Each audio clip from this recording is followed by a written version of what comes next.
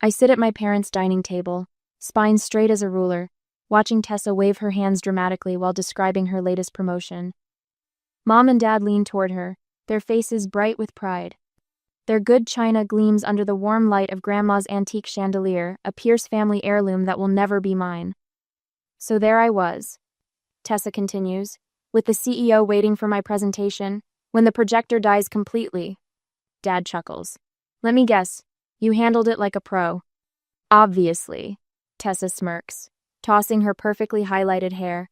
I had backup slides printed. The old man nearly offered me his job on the spot. Mom reaches across the table to squeeze Tessa's hand. Always prepared, that's my girl. I glance at Eli, who offers a subtle smile of support across the table. His photographer's eyes miss nothing, not even the way my hands tremble slightly as I reach for my water glass. Dessert time, Mom announces, rising from her chair.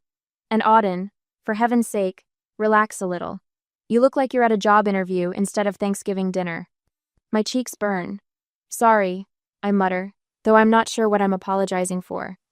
After pumpkin pie, Mom disappears into the living room and returns with a stack of leather-bound photo albums.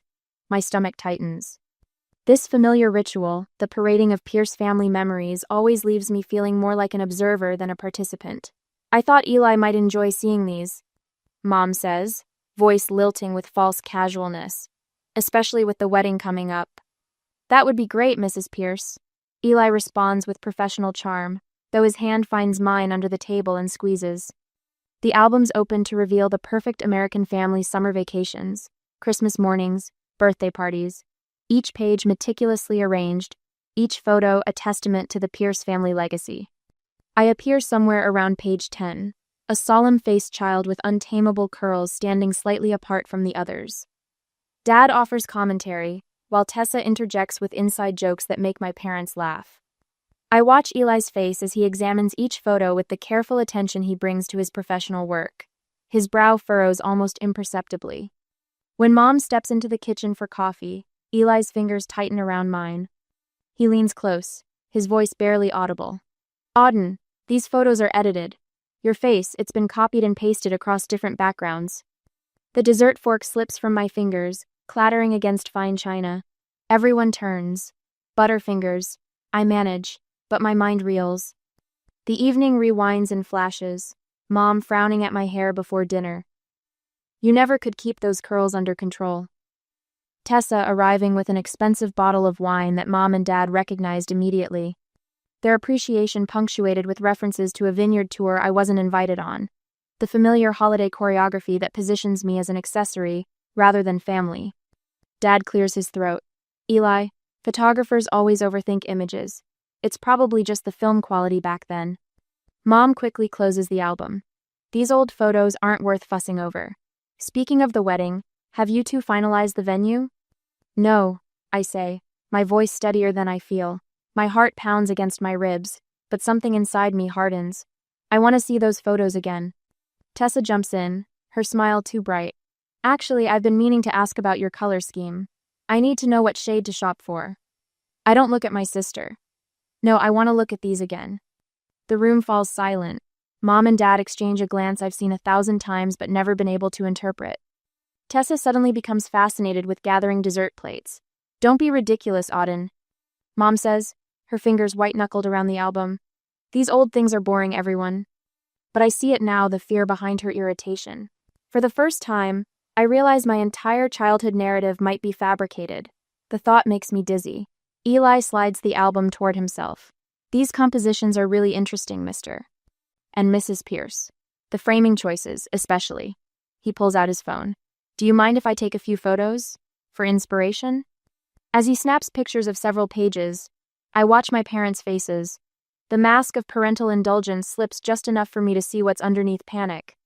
And I know with absolute certainty that whatever truth lies behind those altered images will change everything. Later that night, the hotel room door closes behind us with a solid click that feels oddly final.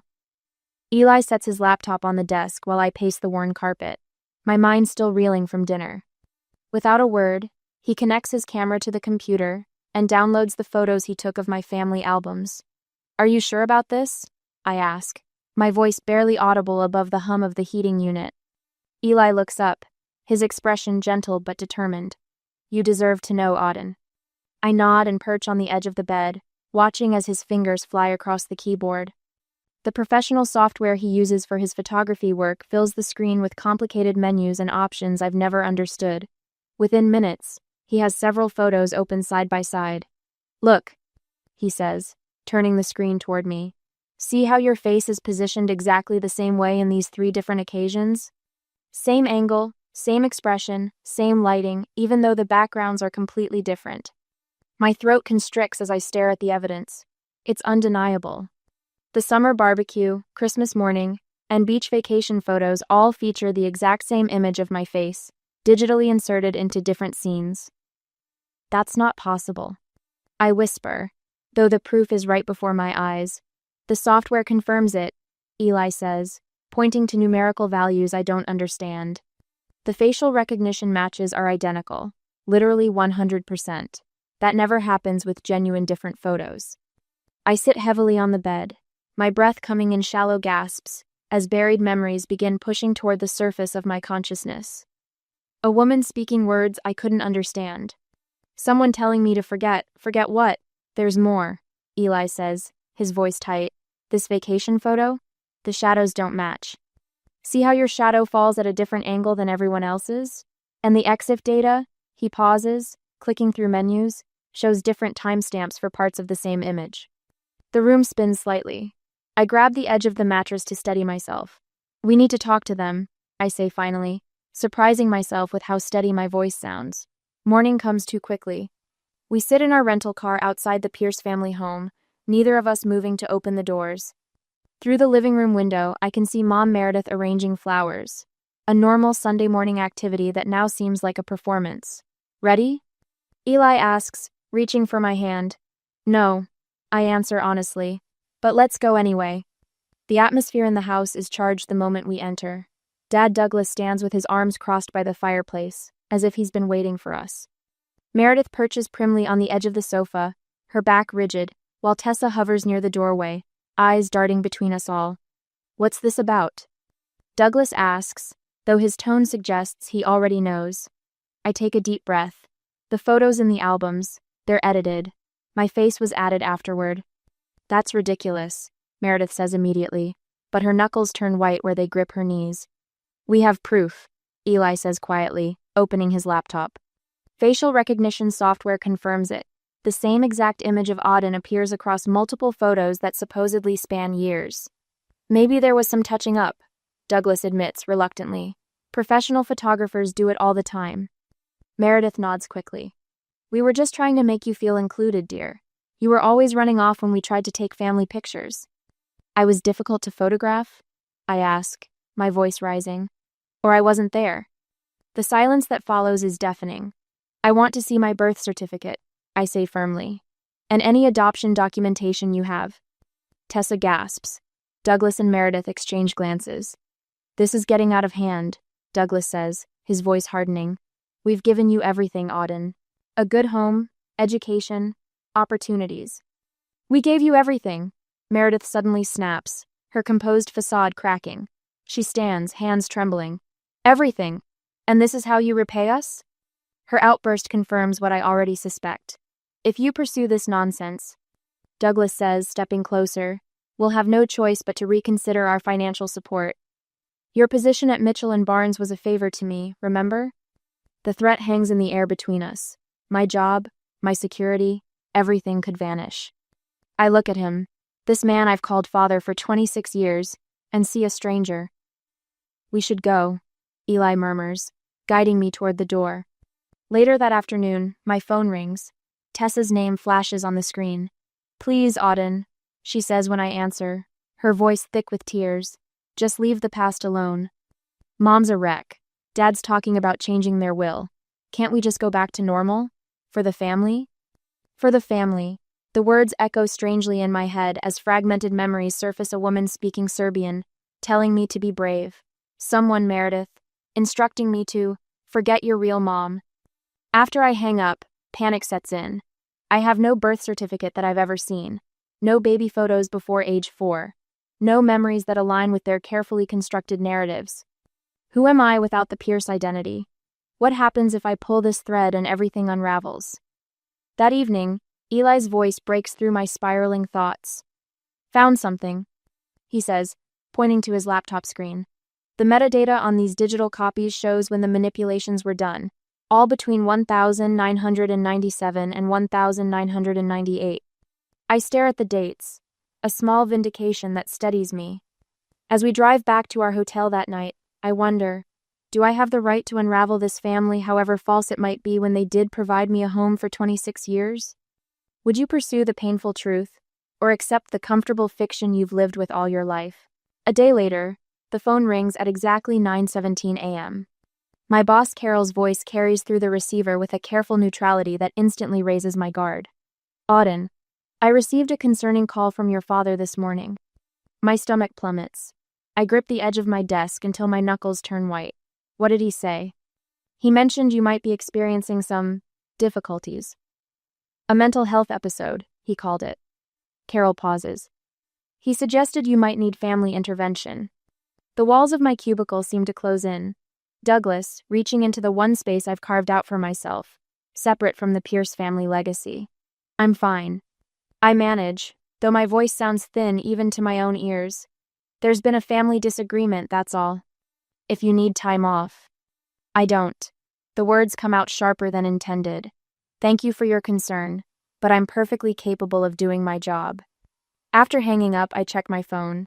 3 missed calls from Tessa, 2 from Mom. I ignore them all, typing furiously instead to Eli. They're coming after my job now. His response comes seconds later. 2 clients canceled this morning. Said they heard I was exploiting family trauma for publicity. Meredith's handiwork, unmistakably. The ground beneath my feet feels increasingly unstable. My family, the people who raised me, are systematically dismantling the scaffolding of my adult life. That night, while chopping vegetables for dinner, the knife slips. A thin line of blood appears across my index finger, and suddenly I'm not in our kitchen anymore. I'm 4 years old, sitting in a cold office with fluorescent lights that make my eyes hurt. Strange adults in suits speak words I don't understand. Someone puts papers in front of me. Smile for the camera, sweetie, a woman says. Not the woman who smells like citrus, a different woman. Wrong woman. This is your new family. Aren't you excited? My chest constricts. The knife clatters to the cutting board as I slide down against the cabinet, gasping for air. Panic claws at my throat. My hands shake uncontrollably as memories surface, fractured, disjointed, but undeniably real. A woman singing in a language I recognize but don't understand. The smell of fresh bread and laundry soap. Someone crying, someone taking my hand and leading me away. When Eli finds me curled on the kitchen floor, he doesn't speak. He simply sits beside me, his steady presence an anchor in the storm of my unraveling past. I don't know what's real anymore. I whisper when I can finally form words. Every memory I have, was any of it true? Or was it all manufactured, like those photos? In days to come, sleep becomes my enemy. Each night brings nightmares of being taken from someone whose face I can't quite see. I wake gasping, drenched in sweat, reaching for something, someone forever beyond my grasp. I begin documenting everything in a digital journal, fragmented memories, recurring dreams, physical evidence. The inconsistencies in my childhood story grow more glaring with each entry. School records beginning abruptly in 1st grade, no baby book, no birth certificate I've ever seen. The strange accent I apparently had that needed correction with speech therapy. One Saturday morning, a knock at our apartment door startles me from my cataloging. Mrs. Sullivan, our elderly neighbor, stands in the hallway holding a plate of cookies. Thought you might need some comfort food, she says, eyes crinkling at the corners. You look exhausted, dear. I accept the plate with murmured thanks, already turning to close the door when she adds, You know, I've always thought you reminded me of someone, those distinctive eyes of yours. Never could place it until now. There was a story on the news years ago about missing refugee children. The words freeze me in place. What? But Mrs. Sullivan just pats my arm. Memory plays tricks at my age. Enjoy the cookies. 2 days before Christmas, I drive to the Pierce family home unannounced. Decorations are half-unpacked garland draped across one side of the staircase, boxes of ornaments stacked beside the undecorated tree. Meredith likes everything perfect by the 20th of December. The disruption in routine tells me I've thrown them off balance. Auden. Meredith gasps when she sees me in the doorway. We've been worried sick. Douglas emerges from his study, face hardening at the sight of Eli beside me. Come to continue your photographer's witch hunt? I've come for answers, I say, stepping into the living room without waiting for an invitation. Real ones this time. There's nothing to tell that we haven't already, Douglas begins. Stop lying. My voice doesn't waver. I remember things now. Serbian words. A woman with my eyes. Being told to forget my real mom. Silence stretches between us. Then Douglas sighs, shoulders sagging slightly. We saved you from a war zone. You should be grateful. Eli's hand finds mine, squeezing gently. His voice, when he speaks, is unnervingly calm. You didn't save her. You used her for asylum status, didn't you? The truth passes across Meredith's face like a shadow before she can compose herself. The confirmation hits me with physical force, leaving me breathless. Auden, darling. Meredith recovers, moving toward me with outstretched hands. Everything we did was for your benefit. The life we've given you was built on lies. I take a step back, away from her reaching fingers. My spine straightens as something inside me hardens into resolve. I'm not your invention anymore. I'm going to find out who I really am. Back at our apartment, Eli doesn't go to his studio. Instead, he calls his assistant, arranging to take leave from his upcoming assignments. He spends the night hunched over his laptop, searching international databases for refugee relocations from Montenegro and Serbia in 1997.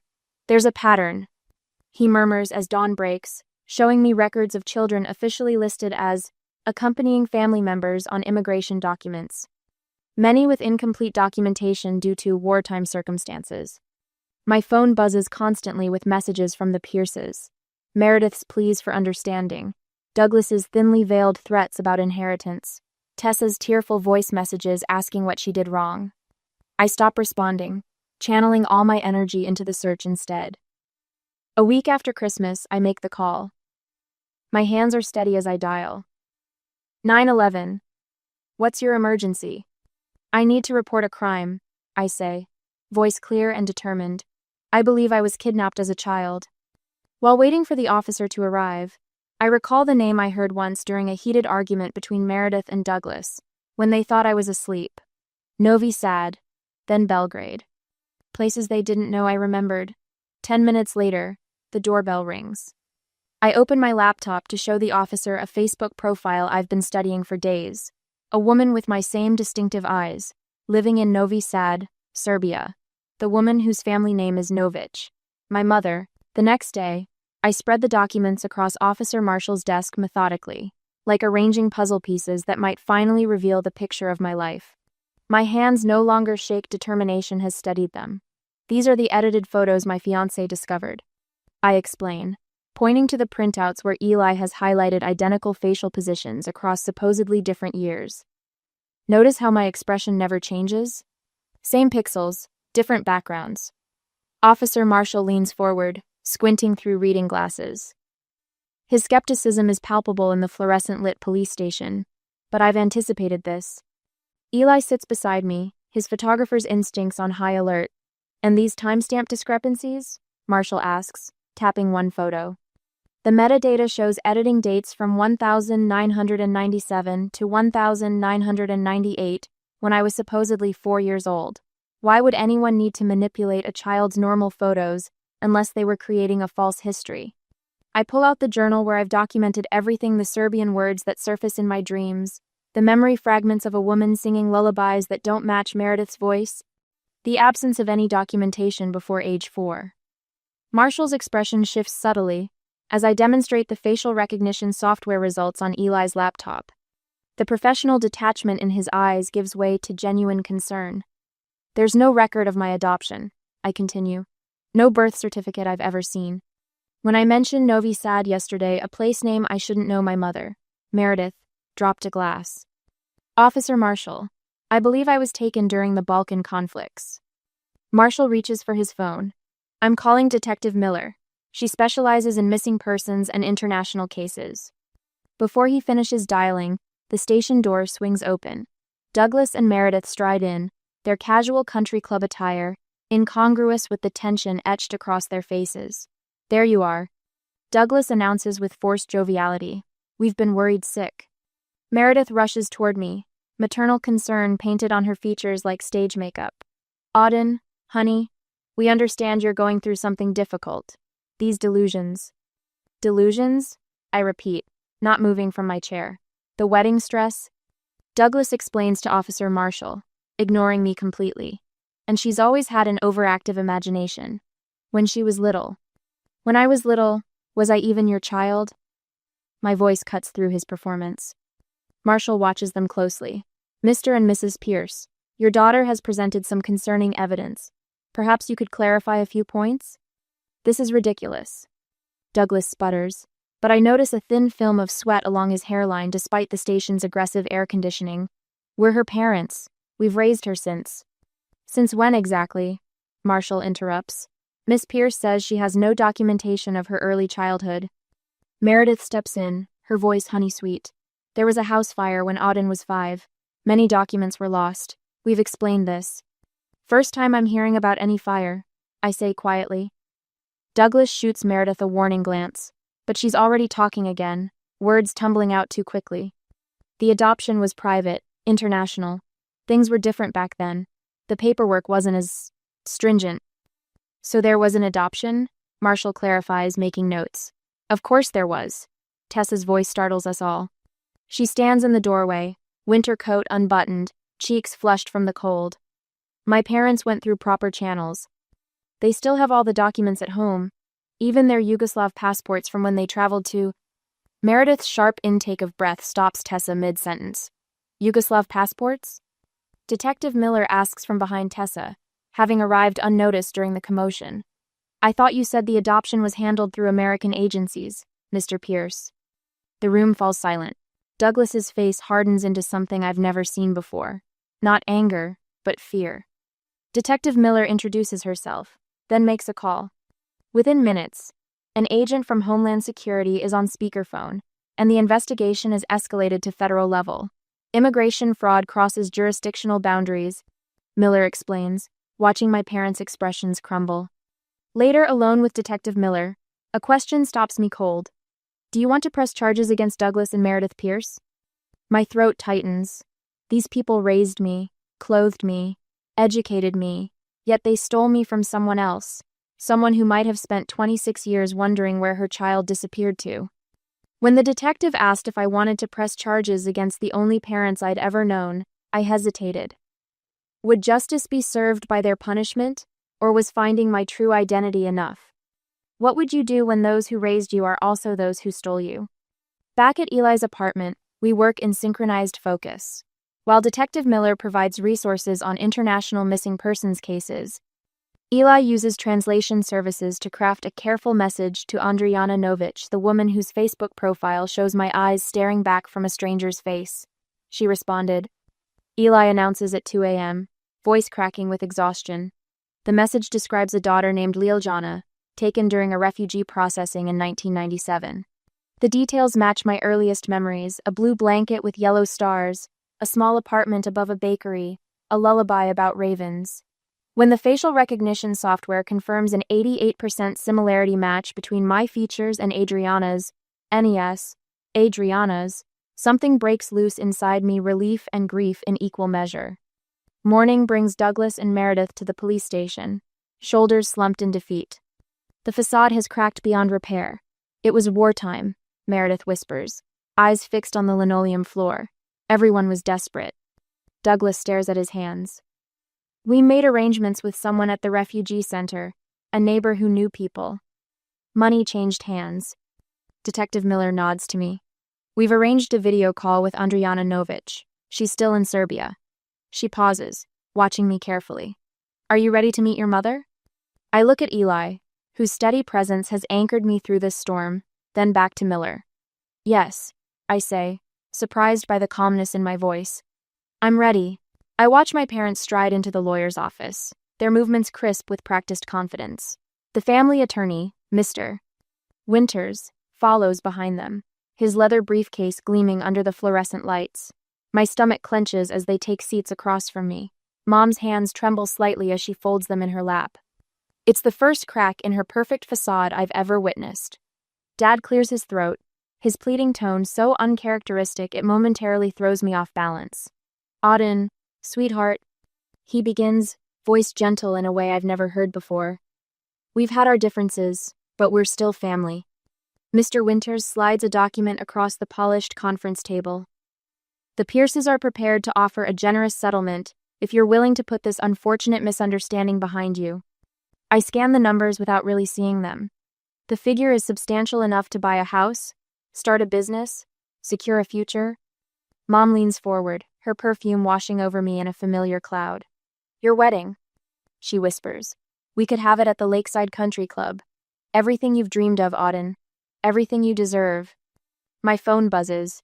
Tessa's name flashes on the screen. I answer despite myself. You're destroying this family out of spite. She snaps without greeting. Is that what you want? To tear apart everything we've built because you never felt special enough? I end the call and turn to my parents. I'll think about it. I lie, buying time. Later that night, I sit before my laptop in the hotel room, heart hammering against my ribs. Eli stands behind me, his hand warm on my shoulder as the video call connects. The screen fills with the face of a woman I've seen only in Facebook photos until now. Andrijana Novich's eyes, my eyes, stare back at me, wide with anticipation. I have something to show you, she says in accented English, her voice triggering something deep in my memory. She holds up a faded poster, edges worn and creased from years of handling. A child's face stares back at me, my face, round-cheeked with those distinctive eyes, beneath a headline in Serbian and English. Missing. Ljiljana, Adriana says softly. The name crashes through me like a wave breaking against stone. Memories cascade through the cracks, the scent of citrus and cinnamon in a small kitchen, lullabies sung in a language I no longer speak, sunlight streaming through thin curtains in a modest apartment. That's me, I whisper, the truth of it settling into my bones. Yes, she confirms, tears streaming down her face. My Ljiljana. A knock at the door announces my parents' arrival. They enter cautiously, eyes darting between the screen and my face. We gave you everything, Mom Meredith says, voice cracking. I stand, drawing strength from Eli's presence behind me, from Adriana's watchful gaze on the screen. You didn't give me everything. I say, my voice steady and clear. You took everything, my identity, my mother, my history. You stole my life and replaced it with a fiction. 4 days later, I sit beside Andrijana in a sterile meeting room at the Federal Immigration Office. American flags stand in the corners. Official portraits line the walls. The table between us holds a stack of documents, evidence of a life interrupted, of international fraud spanning decades. Andrijana places an original birth certificate on the table. Ljiljana Novich, she says, pointing to the name. Born in Belgrade, 1994. But shortly after we moved to Novi Sad. The Pierces sit across from us, their lawyer now flanked by their own attorney. Meredith collapses into her chair when the federal agent enters, while Douglas stands straighter, his jaw clenched. We saved her, he insists, gesturing toward me. There was a war. Children were dying. We gave her a better life. The agent, a woman with iron gray hair and piercing eyes, doesn't flinch. What you gave her was a stolen identity. What you took from her was her mother, her culture, her citizenship. She lays out documents one by one.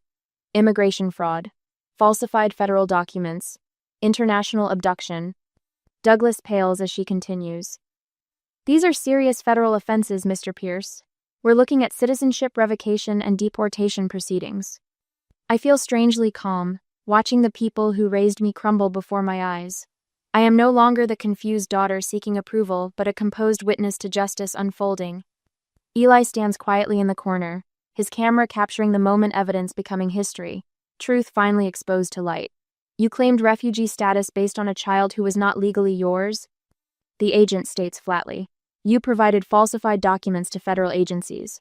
The deportation process will begin immediately, with hearings scheduled within 6 months. Meredith begins to sob quietly.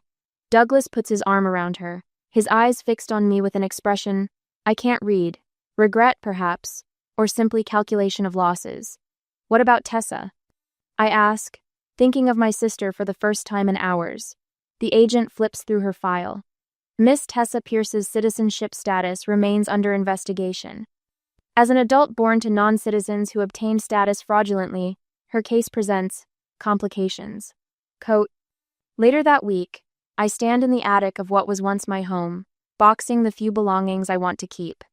In a dusty corner, behind Christmas decorations and old tax returns, I find a small cloth doll. Its dress is faded but still colorful, with words embroidered along the hem in careful stitches. I trace the Serbian letters with my fingertip, understanding nothing but feeling everything. This small piece of fabric connects me to a past I'm only beginning to reclaim, a heritage stolen and now found again. I tuck the doll carefully into my bag, a bridge between who I was and who I might become. Almost a year later, I stand beside Miss Rosario, our immigration attorney, my spine relaxed for the first time in months as we review Adriana's family reunification paperwork. The fluorescent lights of the government office no longer seem harsh, just practical. They've expedited her case. Miss Rosario says, sliding the approved petition across the desk, your testimony and the DNA match were compelling. Your mother should be here within 60 days. Mother. The word still feels new on my tongue, like a forgotten flavor suddenly remembered. Thank you, I say, my voice steady, for believing me when others didn't. Where I once would have shrunk into myself at family gatherings, letting Tessa dominate while I faded into wallpaper, now I lead this reunion process with a certainty that surprises even me. Each night, I practice Serbian phrases from the language app on my phone. The unfamiliar consonants grow more natural with each passing day, connecting me to a heritage the Pierces tried to erase. Last week, I dreamed in Serbian. I woke crying, but they were healing tears. Later that evening, our Thanksgiving table looks nothing like the Pierce family showcase. It's small, round, crowded with mismatched plates in my apartment. Eli arranges a centerpiece of autumn flowers while I set out water glasses. She's here. Eli calls from the window, and my heart pounds as I open the door. Andrijana, my mother, stands in the hallway, clutching a worn leather photo album.